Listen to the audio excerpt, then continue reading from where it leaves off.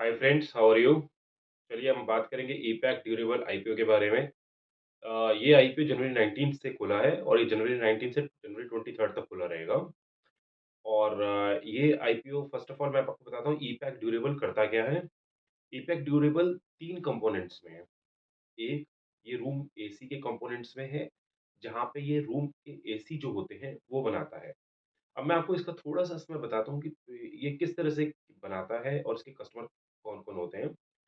Normally क्या होता है जैसे कि हम अपने जब किसी शॉप पे जाते हैं तो जैसे एसीज़ हमें लेने होते हैं, तो हम एसी देखेंगे जैसे ब्लू स्टार का है, कैरियर का है, वोल्टास का है, डेकिन का है।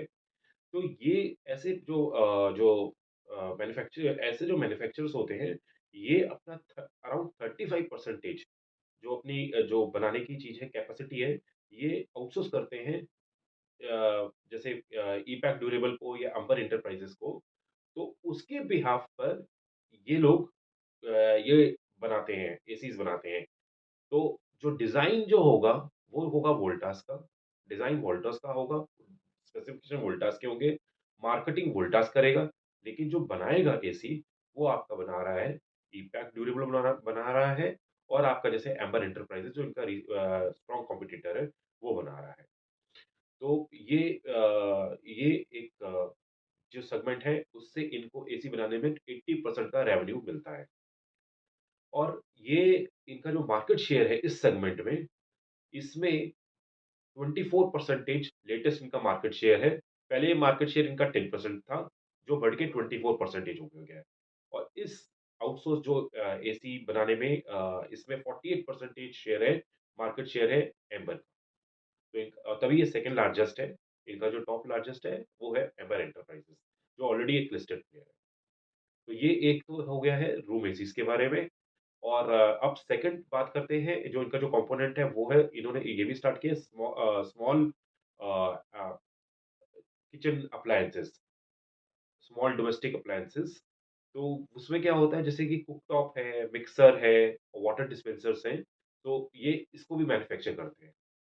अब इसमें एक आपको एक चीज़ देखनी पड़ेगी, ये इसको क्यों मैन्युफैक्चर करते हैं, जबकि एसीज़ में इनके मार्जिन भी अच्छे हैं और इनको प्रॉफिट भी ज़्यादा मिलता है। ये इसलिए है कि एसीज़ का जो बिज़नेस है वो सीज़नल होता है। वो ज इनके मैनेजमेंट के हिसाब से जनवरी टू मई पे ये लोग एसीज़ का बिज़नेस करते हैं और उसके बाद क्योंकि 7 मंथ्स और होते हैं, तो उस समय मार्केट स्लगिश होता है, तो उसके बाद ये जो इन्होंने की जो कैपेसिटी है, जो प्लांट्स इनके हैं, इसमें ये जो स्पेशल अप्लायंसेस हैं, डोमेस्टिक अप्लायंसेस हैं, ये उनको भी मैन्युफैक्चर करते हैं। और एक इनकी एक और ग्रोथ का रीज़न है कि ये लोग अब कूलर को भी मैन्युफैक्चर करेंगे। और ये हो गया सेकंड सेगमेंट। अब थर्ड सेगमेंट के बारे में बात करते हैं, जो इनके एसी के कंपोनेंट्स होते हैं।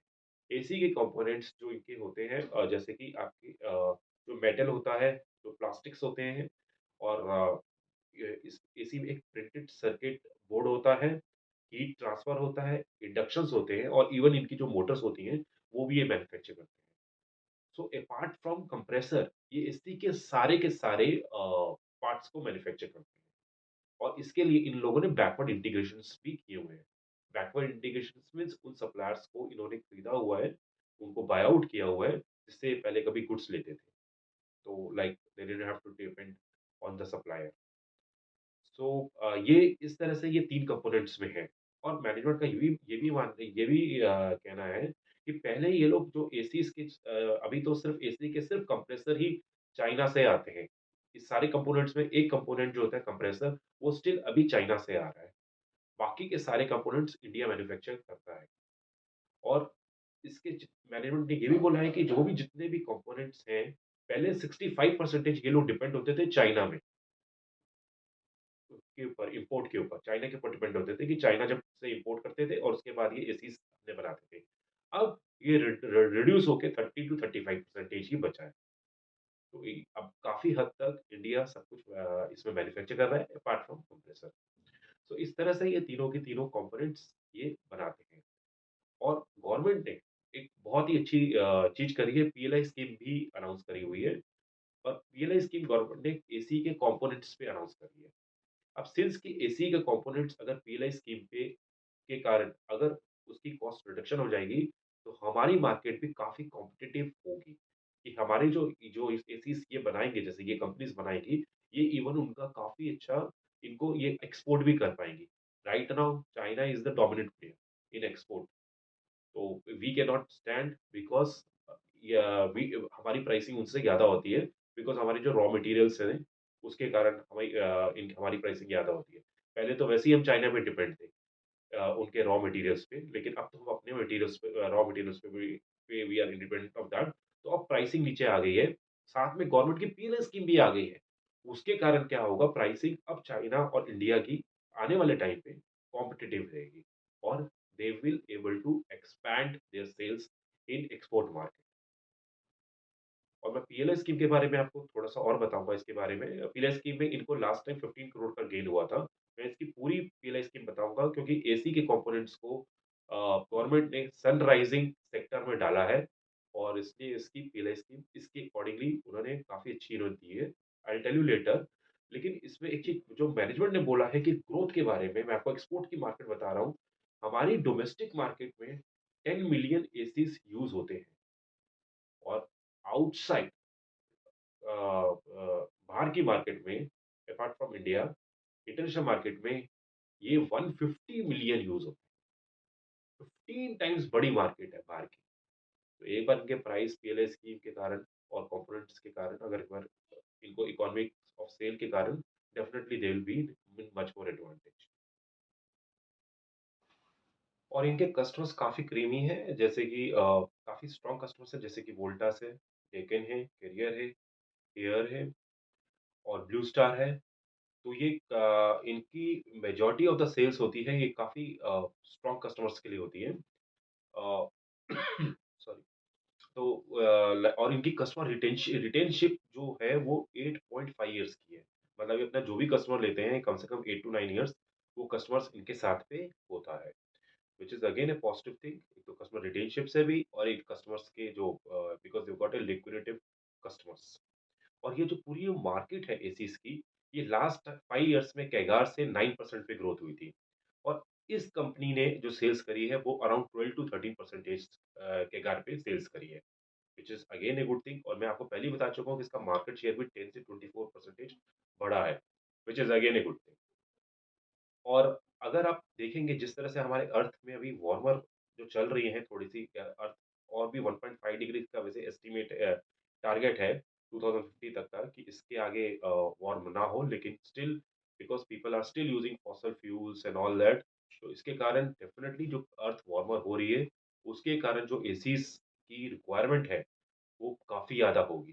तो आने वाले टाइम पे ऐसी कंपनीज़ वोल्टास और ब्लू स्टार और इवन जो लॉजिस्टिक कंपनीज़ होती हैं, जैसे स्नोमैन लॉजिस्टिक्स है, जो जो कूलिंग के इसमें कूलिंग अप्लायंसेज़ में उसकी काफ़ी ज़्यादा ये डिमांड होगी। एंड मैंने अपनी पहले भी कहीं वीडियो पे ये कवर भी किया है वार्मर टेम्परेचर के लिए कॉप्स की जब मैं बात कर रहा था कॉप 26 मेरी अर्लियर की वीडियो है। उसमें मैंने सेक्टर्स भी बताए हैं specifically which will gain going forward because of this when the earth will be this warmer earth के कारण ग्लोबल वार्मिंग के कारण। अब हम बात करते हैं इसके ये सारी बात तो हो गई है basics everything about the company what they do and all that. अब हम बात करेंगे अबाउट द आईपीओ। ये आईपीओ जो आ रहा है ईपैक ड्यूरेबल का, ये आईपीओ आ रहा है जनवरी 19 से जनवरी 23 के बीच में, ये खुला रहेगा। और इसकी जो प्राइस बैंड रखा गया है, वो रखा गया है 218 से 230। 230 रुपीज़ के हिसाब से आप 65 शेयर्स को ले सकते हैं और 1 लॉट आपका तब पड़ेगा 14,950 रुपीज़ का। 230 into 65 that will come to 14,950 rupees का 1 लॉट होगा। और इसकी लिस्टिंग अराउंड 29th पे होने की चांसेस हैं कि it is shares will be listed in NSE and BSE by that time. ये जो टोटल प्रोसीड्स हो रही है, जो इनको आईपीओ से पैसा मिलेगा, वो मिलेगा 640 करोड़। 640 करोड़ में से कंपनी के पास 400 करोड़ रुपीस जाएंगे, मतलब ये फ्रेश इशू है। और 240 करोड़ रुपीस कंपनी के पास प्रमोटर के पास जाएंगे, मतलब वो पैसा कंपनी में नहीं आएगा। तो जो 640 में से 400 करोड़ रुपीस है, 400 करोड़ रुपीस जो कंपनी के पास आएगा, वो पैसा कंपनी की जो जो यूटिलाइज करेगी, वो कंपनी यूटिलाइज करेगी 230 करोड़ के plant and machinery company by करेगी। और कंपनी बाय करेगी और 80 करोड़ रुपीज़ कंपनी अपना जो डेट है वो रीपे करेगी और बाकी कंपनी अपने पास रखेगी वर्किंग कैपिटल और जनरल कॉर्पोरेट पर्पज़ के लिए। इनके फ्रेंड्स इनके 4 प्रोडक्शन फैसिलिटीज़ हैं और एक मैन्युफैक्चरिंग प्लांट भी है राइट नाउ और इनकी कैपेसिटी अराउंड 3 मिलियन है और सिंस ये आईपीओ आएगा और सिंस इस आईपीओ से जो इनको पैसा मिलेगा, एक मैन्युफैक्चरिंग प्लांट में जैसे मैंने बताया 230 करोड़ रुपीज़ यूज़ करेंगे, तो 3 मिलियन से इनकी कैपेसिटी 6 मिलियन बढ़ जाएगी और फिर इनकी कैपेसिटी भी डबल हो रही है। फिर आप देखेंगे कि जो इनकी कैपेसिटी डबल होने के बाद इनकी और इनकी जो कैपेसिटी यूटिलाइज़ेशन है वो है अराउंड 55% राइट नाउ वो जो अभी इंडस्ट्री स्टैंडर्ड के हिसाब से है। और ये जैसे मैंने आपको बताया था अभी एक्सपोर्ट मार्केट इनका 1% से भी लेस है। तो जो 1% से भी लेस है वो अभी जाता है यूएस एंड यूरोप में। बट जिस तरह से पीएलआई स्कीम्स जैसे आई है, तो उसके कारण ये काफ़ी ज़्यादा इनके एक्सपोर्ट मार्केट हो सकती है। और अभी अब मैं आपको पीएलआई स्कीम भी इनके बारे में बता देता हूँ। पीएलआई स्कीम क्या है कि पीएलआई स्कीम में जो गवर्नमेंट जो देती है, जो इंसेंटिव देती है, वो 2 तरह से देती है। एक आपको इन्वेस्टमेंट करना है और एक आपको उस इन्वेस्टमेंट से आपको एडिशनल रेवेन्यू जनरेट करना है। उसके बाद आपको जो पीएलआई स्कीम की अमाउंट होती है, जो परसेंटेज होता है, वो या तो आपको मिलेगी और अगर आप अचीव नहीं करोगे तो आपको नहीं मिलेगी। It's very simple, there is no pro rata. यानी कि जैसे इनकी जो पीएलआई स्कीम है, मैं इनकी पीएलआई स्कीम की वजह से बात करूँ तो इनको 50-50 करोड़ करके इन्वेस्ट करना है। वो हो गई हमारी इन्वेस्टमेंट। उसके बाद उस 50 करोड़ जो इन्होंने इन्वेस्ट किया होगा, उसके कारण इनको एडिशनल रेवेन्यू लेना है 500 करोड़ का। उस 500 करोड़ पे गवर्नमेंट 6% आपको इंसेंटिव देगी, यानी आपको 30 करोड़ रुपीज़ देगी। तो अगर आप देखेंगे नेक्स्ट 4-5 इयर्स में जो इनकी पीएलआई स्कीम्स हैं, तो ये इन्वेस्ट करेंगे अराउंड 300 करोड़। उसके कारण इनको जो एडिशनल रेवेन्यू है, वो जनरेट करना होगा अ, अराउंड 3000 करोड़ और जो इनको जो रफली जो अमाउंट मिलेगी, वो इनकी जो रफली अमाउंट है 180 करोड़ और 200 करोड़ तक मिलेगी है। और मैनेजमेंट ने ये बताया कि अराउंड ये 220 करोड़ मिलेगी। ऑलरेडी भी इनकी जो कई कंपोनेंट्स में और भी पीएलआई स्कीम है। तो अराउंड 300 करोड़ की इन्वेस्टमेंट से इनको 220 करोड़ रुपीज़ पीएलआई स्कीम से बेनिफिट मिलेगा, अगर ये हर समय पीएलआई स्कीम अचीव करते हैं। और अगर ये पीएलआई स्कीम अचीव करते हैं तो सोचिए आप फ्रेंड्स कि 300 करोड़ इन्वेस्ट कर रहे हैं, उसमें से रिटर्न बैक इनको 220 करोड़ मिल रहा है। तो PLI scheme is a very good thing for all the sectors, not only for them also. Uh, और उस तरह से पूरा एक तो इन्वेस्टमेंट भी मिलेगा और उसके बाद एक्सपोर्ट में भी ये इनके जो प्रोडक्ट्स हैं वो कॉम्पिटिटिव बन जाएँगे। और एक बात ये इनका जो आईपीओ 19 से स्टार्ट हुआ था, 18 जनवरी को इनकी एंकर बुक खुली थी, 192 करोड़ की, जो फुल्ली सब्सक्राइब हो गई है एंड काफ़ी बड़े नाम उस ने इन लोग इनकी बुक को सब्सक्राइब किया है। लाइक सोसाइटी जनरल है, रिलायंस है, एचडीएफसी है, आदित्य बिरला भी है और एसबीआई भी है। ये कुछ नेम्स हैं। तो ये ओवरऑल पूरा का पूरा मैंने आपको ये बता दिया। अब इनके फाइनेंशियल्स, रिस्क और ग्रे मार्केट प्राइस के बारे में भी बात करते हैं। इनके जो फाइनेंशियल्स हैं, वो फाइनेंशियल 21 पे इनकी जो सेल्स थी 740 करोड़ थी, जो कि बढ़ के फाइनेंशियल 23 में 1540 करोड़ रुपीज़ हो चुकी है। इनकी जो प्रॉफिट है, वो अराउंड 8 करोड़ का था, 7.8 crore to be precise in financial 21 पे, जो कि बढ़ के 35 करोड़ रुपीज़ तक 31.4 करोड़ रुपीज़ फाइनेंशियल 23 में हो चुका है। और इनके जो लास्ट 6 मंथ्स की अप्रैल 23 से सितंबर 23 की सेल्स है, वो थी 616 करोड़ रुपीज़ और इनका जो प्रॉफिट हुआ है, वो है 2.35 करोड़। तो मैनेजमेंट से ये चीज़ पूछी गई कि आपका जो प्रॉफिट मार्जिन है इनका नॉर्मली तो आपका पैट मार्जिन इनका 1 और 2% के बीच में आ रहा था। तो रफली 616 पे अगर हम 2% भी करेंगे it should have been 12 to 14 crore. तो आपकी तो प्रॉफिट काफ़ी रिड्यूस हो गया। What is the reason? तो मैनेजमेंट ने ये बताया था कि द रीज़न इज़ लाइक इनके जो फर्स्ट 5 मंथ्स में क्योंकि सीज़नल होता है जनवरी टू मई में सीज़नल होता है। तो उसमें एसी की सेल्स सबसे ज़्यादा होती है। तो इसके कारण जो लास्ट 6 मंथ्स हैं क्योंकि एसी की सेल्स कम कम होती है और स्पेशल ये स्मॉल डोमेस्टिक अप्लायंस की ज़्यादा होती है। तो ये वो वाले प्रोडक्ट हैं स्मॉल डोमेस्टिक अप्लायंस के। तो इसके कारण उनकी जो प्रॉफिट मार्जिन है वो कम हुए थे और उन्होंने बोला ये पूरी इंडस्ट्री के इसमें होता है। हालाँकि अभी ये आईपीओ के बाद ये जो मैन्युफैक्चरिंग प्लांट जो डाल भी रहे हैं, तो इसमें इन्होंने ये भी बताया है जो ये स्मॉल डोमेस्टिक अप्लायंसेस की ये सेल्स भी इनकी ग्रोथ भी ज़्यादा होगी। तो आने वाले टाइम पे ये थोड़ा-सा नंबर इवन भी हो सकता है। तो इनकी सेल्स जो लास्ट से 7 मंथ्स होता है नॉन एसी के प्रोडक्ट्स में, उसमें भी उनके मार्जिन्स थोड़े से बेटर हो सकते हैं, which is a positive thing for the management.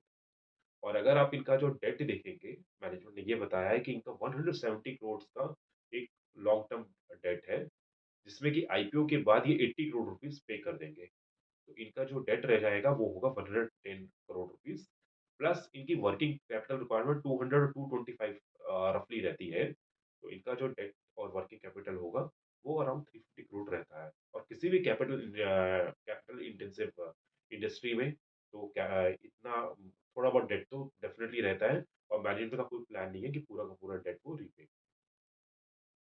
तो they will have the mix proportion with the debt and equity करके ही वो अपने बिज़नेस को नॉर्मल तरीके से आगे आगे लेके जाएँगे। और इनकी जो डेट और इक्विटी रेशियो है वो स्टैंड होती है 1.58 के करीब राइट नाउ। और इनका जो रिटर्न ऑन इक्विटी है और रिटर्न ऑन कैपिटल एम्प्लॉयड है ये अराउंड 15% प्लस पर है। और इनकी जो अर्निंग पर शेयर है ये फाइनेंशियल 23 के हिसाब से देखेंगे तो वो अर्निंग पर शेयर इनकी 4 की थी। उसके बाद earning per share last 6 months की जैसे मैंने बताया कि इनकी सेल्स डाउन हुई थी due to non AC components अब 0.55 है। तो अगर हम फाइनेंशियल 23 के हिसाब से इनकी पी देखेंगे तो 57 आती है और अगर हम लास्ट 6 मंथ्स के हिसाब से पी देखेंगे तो 400 प्लस की पी है 418 टू बी प्रिसाइज। और कंपनी ने अपने डीआरएचपी में कॉम्पिटिटर्स के नाम जैसे रखे एम्बर और डिक्सन जो कि 173 और 250 की पीईज़ पे ट्रेड करते हैं। तो this was all about the company. एक चीज़ मैं और बता देता हूँ कि जिनके जो इनके एम्प्लॉइज़ हैं वो अराउंड 2000 एम्प्लॉइज़ हैं जिसमें 730-740 एम्प्लॉइज़ इनके परमानेंट हैं और 57 इनकी रिसर्च एंड डेवलपमेंट फील्ड में भी इनके एम्प्लॉइज़ हैं और अराउंड 1164 एम्प्लॉइज़ इनके कॉन्ट्रैक्ट एम्प्लॉइज़ भी हैं। तो this was all about the company financials. अब मैं आपको इसके रिस्क भी बता देता हूँ। रिस्क सबसे बड़ा रिस्क है कि इसकी डेट इक्विटी थोड़ी-सी ज़्यादा है और उसके बाद ये पीएलआई स्कीम पे काफ़ी डिपेंडेंट है। थर्ड रिस्क में अगर देखेंगे तो कस्टमर सेंट्रिक है। कस्टमर सेंट्रिक मीन्स इनका जो 83% रेवेन्यू आता है वो टॉप 5 कस्टमर्स के कारण आता है। तो अगर कोई भी कस्टमर शफल करके किसी जैसे एम्बर एंटरप्राइज़ को पिक करेगा या कोई और कस्टमर को कोई और जैसे वोल्टास है वो किसी और को पिक कर लेगा, डेक्कन किसी और को पिक करेगा तो इनको काफ़ी इम्पैक्ट हो सकता है। इनका अराउंड 93% रेवेन्यू टॉप 10 कस्टमर से आता है। लेकिन मैनेजमेंट ने जैसे ये बोला है कि जो कस्टमर रिटेलशिप जो होती है वो 8 टू 9 ईयर्स से कस्टमर्स उनके साथ बंदे like they will be there. So ये बन जाते हैं कस्टमर उनके साथ। सो व्हिच इज़ समहाउ ये मिटिगेट होता है। और सेकंड चीज़ अगर हम देखेंगे खुद ही हम देख लेंगे कि एसी मार्केट में अगर हम देखेंगे तो कितने डोमिनेंट प्लेयर हैं। तो वही हमें वोल्टास में दिखाई देगा, ब्लू स्टार दिखाई देगा, डेक्कन दिखाई देगा, कैरियर दिखाई देगा। Hardly we have like 5, 6 7, 8 like good players, known players. तो एक रीज़न ये भी है कि इनके कस्टमर्स भी काफ़ी कम ही है और ये तभी ये बी2बी मॉडल पे आती है। और उसके बाद अगर हम देखेंगे जो इनका जो एक और रिस्क जो दिखाई देता है कि इनके सेल्स में काफ़ी इनके एक और रिस्क है जैसे कि इनके सेल्स और ये मार्जिन्स काफ़ी फ्लक्चुएटिंग है। So, which is which a person has to when analyze the person has to analyze what is for the AC, what is for non AC और उसके बाद उसको आपको हर कंपोनेंट पे जाके देखना पड़ेगा कि इसके क्यों इसके कम हुए। तो एक ये चीज़ भी मैं एक ये चीज़ भी देखी थी और अगर मैं इसकी ग्रे मार्केट की प्राइस की बात करूँ तो ग्रे मार्केट प्राइस इसका 34 रुपीज़ है। तो 34 रुपीज़ पे जो मार्केट एक्सपेक्ट कर रही है कि ये लिस्ट होगा अराउंड 274 275 रुपीज़ के प्राइस पे इसकी लिस्टिंग होगी। तो this was all about the company and we have covered everything. I hope कि अगर आपको वीडियोज़ पसंद आते हैं, प्लीज़ इन्हें लाइक करें, कमेंट करें और मेरे चैनल को सब्सक्राइब करें। मैं ऐसे ही वीडियोज़ बनाते रहूँगा। Thank you.